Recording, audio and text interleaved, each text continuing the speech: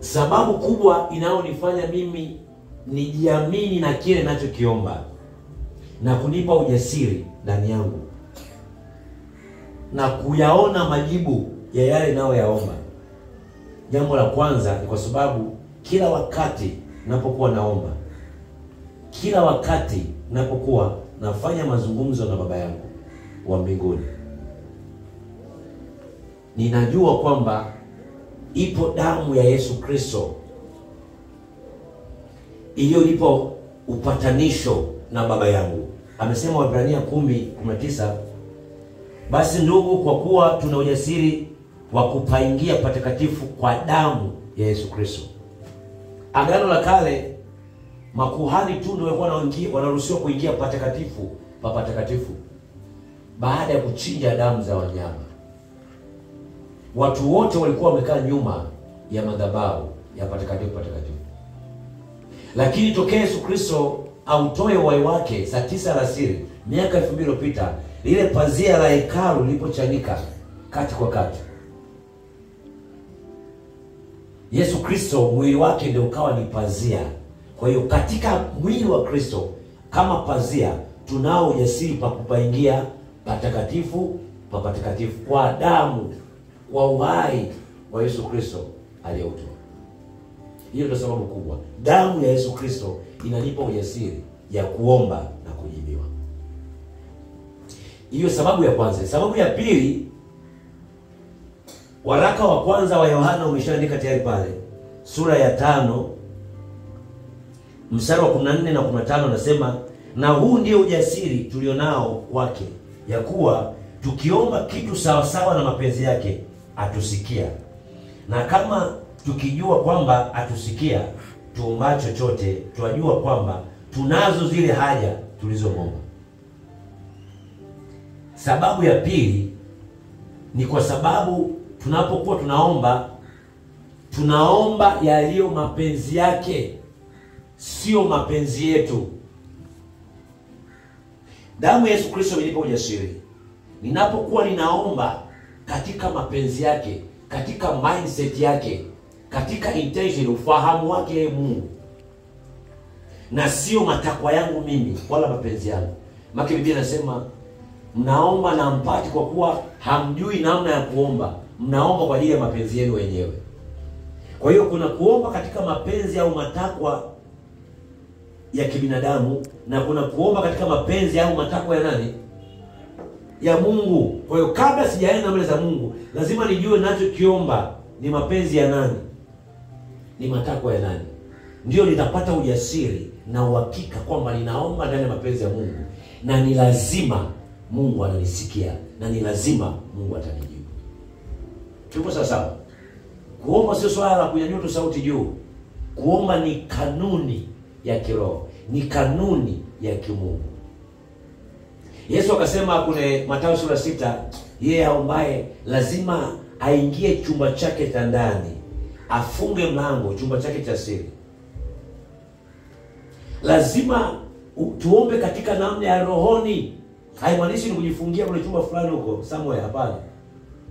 Lazima hizi sensi za nje tuzicut off. Tusiwe na mawasiliano yote ya huku nje. Tusiwe na mawazo yote ya huku nje. Tujifungie chumba cha ndani. Akili ya nje, mitazamo, mawazo, biashara, familia, watoto, sio nini, lazima isichukue nafasi wakati tunaomba, tukiwa mbele za Baba yetu. Ndio maana kujifungia chumba cha siri. Kufocus katika roho na kuzungumza na Baba yetu wa mbinguni. Bwana Yesu asifiwe. Waefeso sura ya 4 anazungumza jambo la tatu. Anasema Waefeso sura ya 3 mstari wa 12. Efeso 3:12 anasema katika yeye, katika Yesu Kristo tunao ujasiri na uwezo wa kukaribia katika tumaini kwa njia ya kumwamini. Sababu ya tatu kwa nini na ujasiri mbele za Mungu ni kwa sababu kila ninachokiomba ninamwamini nani? Ninamwamini Yesu Kristo, kwamba kile alichokifanya miaka 2000 iliyopita, mimi nimekuwa ni mnufaikaji wa kile alichokifanya. Ninafaidika na matunda ya kile Kristo Yesu alichokifanya pale Kalvari. Kwa hiyo imani yangu mimi kwa nani? Kwa Yesu ndio inanipa ujasiri ya kuomba na kuamini kila ninachokiomba lazima nitafanikiwa na Mungu ananisikia. Hii ni sababu ya tatu. Kwenye Marko sura ya 11 mstari 23 anasema mtu aliye na imani anaweza kuambia mlima huu ng'oka, ukatupe kule, na ukamoka. Anasema ila anapokuwa anaomba hivyo, anatangaza na kutamka hivyo, anasema hapasi kuwa na mashaka ndani ya moyo wake. Unapoomba amini kuwa imetokea, imekuwa, ndipo itakuwa ya kwako. Inamaanisha muda ambao mtu anapokea majibu sio kwamba Bwana atafanya. Mungu anafanya ule wakati wewe unaomba, ule wakati wewe unatangaza, ule wakati unazungumza naye, ule wakati unaomba ndio Mungu anafanya. Anasema ukiwa unaomba amini kuwa imekuwa, ndio itakuwa ya kwako. Mungu hajibu maombi ya mbele. Unakumbuka kwamba Mungu, neno la Mungu nasema Mungu anajua hata kama tujaomba maombi yetu, si ndio? Kwa wakati tunazungumza naye, tunamkumbusha, tunaelezea mambo yetu. Ule wakati tunafanya mazungumzo na Mungu katika maombi, ndio wakati Mungu ambao anajibu maombi. Tuko sawa sawa? Bwana Yesu asifiwe. Wakati fulani kanisa la awali kule Matendo ya Mitume sura ya 4 mstari wa 31 tunaona walikuwa wanazuiliwa wasihubiri neno la Mungu. Ile tunaona Matendo ya Mitume sura ya 4 pale mbele mpaka 29 kuelekea 31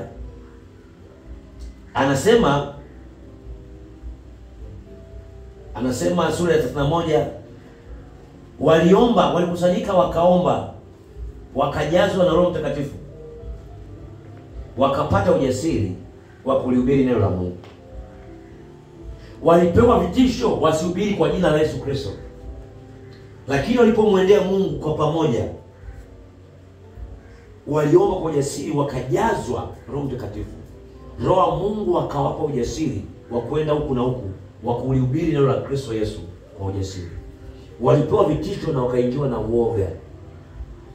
Kumtumikia Mungu kuna vikwazo vingi, kuna vizuizi vingi. Tunahitaji Roho wa Mungu atupe ujasiri kama alivyopewa kina Petro na Yohana. Petro na Yohana walipopewa ujasiri, walipokuwa wakihubiri kwa ujasiri, wale watu walikuwa wakiwajua wakati Yesu Kristo kabla hajafa na kufufuka. Wakasema hawa ndio wale walikuwa wanapatana na Yesu Kristo. Waliuona ujasiri ndani yao. Nini kinatupa ujasiri? Ni Roho Mtakatifu. Timotheo wa kwanza sura ya kwanza mstari wa 7 anasema tukupokea roho ya uoga. Tulipokea roho ya nini? Ya ujasiri. Mtume Paulo anaandika Warumi 8:14 na 15 pale 16 anasema hatukupokea roho ya utumwa iletayo uoga. Tulipokea roho ya kufanya kuwa wana. Roho wa Kristo ndani ya mtu ndio anatupa ujasiri wa kumkaribia Baba. Anatupa ujasiri ya kulikabili jambo lolote lile tunapokuwa tukiomba. Sio sisi tunafanya, bali ni Roho wa Mungu aliyeko ndani yetu ndio anayefanya. Tuko sawa sawa jamani wapendwa.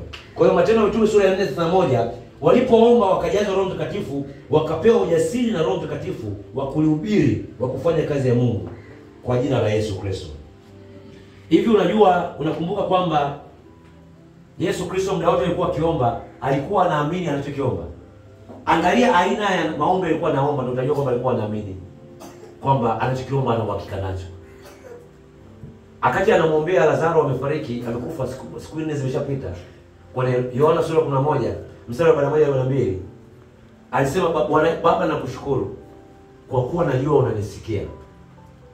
Amesema ninakuomba haya ili hawa waamini, hawa wanaonisikia hapa wajue kwamba unanisikia.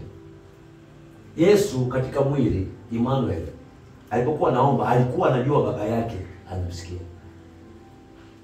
Ila akasema ninaomba ili hawa wasikie, waamini kwamba wewe unanisikia, mimi na wewe tunasikilizana.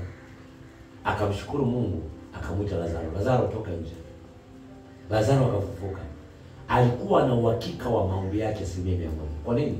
Kwa sababu ya mahusiano yake alionayo na baba yake. Kiwango cha mahusiano tulichonacho mimi na wewe na baba yetu ndio kitatupa uhakika kwamba kile tunachokiomba tunaamini kwamba lazima Mungu atakifanya. Kwa sababu tunajua tunachokiomba ni tunaomba mapenzi ya Mungu na sio mapenzi yetu. Ukisoma Yohana sura ya 6 mstari wa 11 na Luka sura ya 9 mstari wa 16 utaona Yesu wakati anaomba ile mikate michache na samaki wachache, wakati ile kusanyiko kubwa linasikia njaa, Yesu Kristo alijiamini, alikuwa anajua alichokifanya. Nikusanyieni hiyo mikate michache na samaki wachache, nileteni hapa. Alipoletewa alinyanyua juu. Ni mtu mwenye uhakika wa kile alichokiomba. Unapoomba, wakati tunaomba, hatupasi kusita, hatupasi kuamini kwamba